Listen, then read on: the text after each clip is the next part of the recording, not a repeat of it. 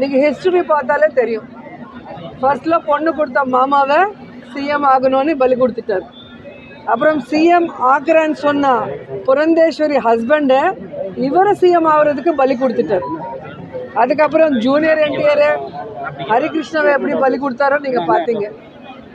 அதுக்கப்புறம் நான் combine state இருந்தால் லைஃப்பில் சிஎம் ஆக முடியாதுன்னு நினைக்கும் போது ஸ்டேட்டை ரெண்டாக்கிட்டு சிஎம் ஆகிறதுக்காக ஜனங்களோட பவிஷ்யத்தோட எப்படி விளையாடிருக்காங்க நீங்கள் பார்த்துருக்கீங்க.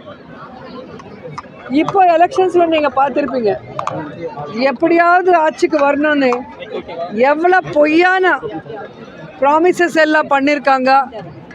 இவிஎம்மில் எவ்வளோ மேனேஜ்மெண்ட் பண்ணிவிட்டு எப்படி வந்தாரோ எல்லாருக்கும் தெரியும்.